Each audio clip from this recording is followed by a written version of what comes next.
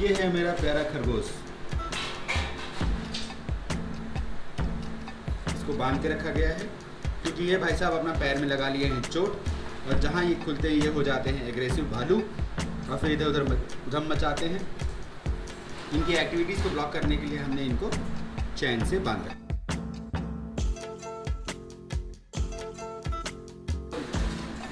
Corona की जंग के बीच में हमारे घर में डिसाइड हुआ है कि हम पनीर बटर मसाला खाएंगे। आज हमारे घर पे बन रहा है पनीर बटर मसाला।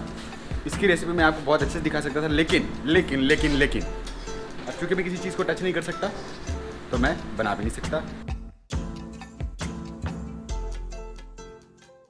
फिलहाल जो समय चल रहा है ये बहुत दयनीय स्थिति है। हमें बहुत सारी इन्फॉर्मेशन ऐसे भी मालूम है जो बहुत ऑथेंटिकेट लगती है, और बहुत सारी ऐसी चीज़ें हैं ऐसा लगता है कि बहुत जेन्युइन चीज़ें हैं, लेकिन वो फेक भी हो सकती हैं। तो हम इन सब चीज़ों का बहुत बेखूबी से ध्यान दें कि क्या और क्यों, पहली चीज़। दूसरी चीज़, हम सब ये चीज़ देख रहे हैं टीवी में, न्यूज़ में कि अपने हाथ को 20 सेकेंड धोएं, और मैं इस चीज़ को समझता हूँ कि जब तक हमें ये ना मालूम हो कि हमें हाथ 20 सेकेंड क्यों धोना चाहिए, हम उस चीज़ की इम्पोर्टेंस को नहीं समझ सकते। खैर, आज का व्लॉग इसी मुद्दे पर है। नमस्कार और आपका स्वागत है मेरे इस नए वीडियो में।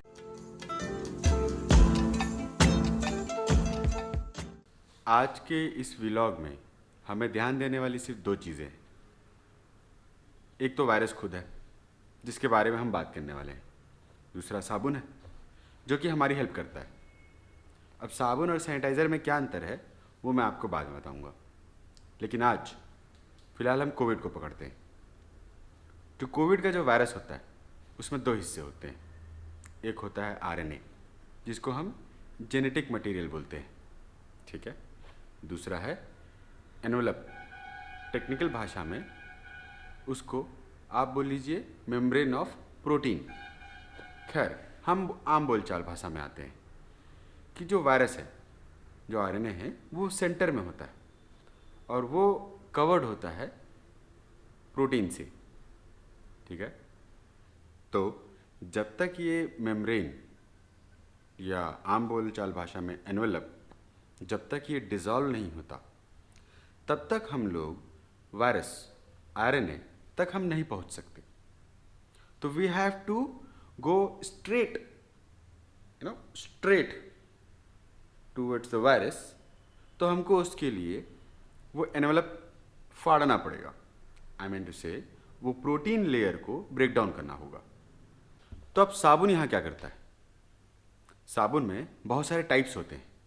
अब जो हम साबुन जो हम अपने घरेलू पर्पस के लिए यूज़ करते हैं उसमें होता है सोडियम, अर्थात ब्रैकेट में Na।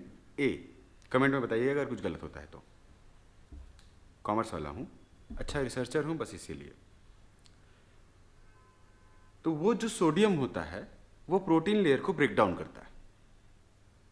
तो जो ये कोविड का जो मेम्ब्रेन होता है प्रोटीन का, वो डिज़ोल्व होने की प्रोसेस में आने के लिए या एनवेलप को फाड़ने में हमको 20 सेकंड लगते हैं।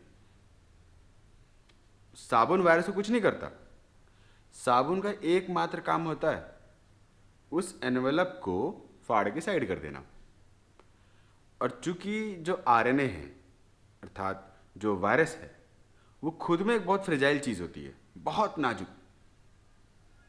हवा से ख़राब हो जाती है भाई, उसकी सस्टेनेबिलिटी बहुत कम होती है।